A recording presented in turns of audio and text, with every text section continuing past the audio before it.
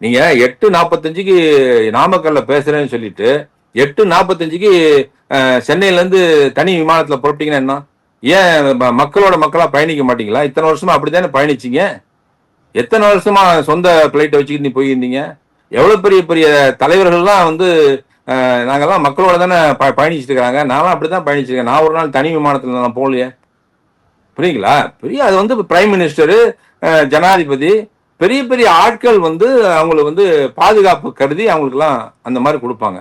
இப்போ செல்வி ஜெயலலிதா முதலமைச்சராக இருக்கும் சரி, தலைவர் கலைஞர் முதலமைச்சராகவும் சரி, மக்களோட மக்களா பயணிச்சிருக்காங்க முதலமைச்சராக இருக்கும் போதே. அது நான் கண் கூட அவர் கூட நாங்களும் போயிருக்கிறேன், நான் பார்த்துருக்கிறேன். அப்படி இருக்கும்போது தனி விமானம் எதுக்கு உங்களுக்கு?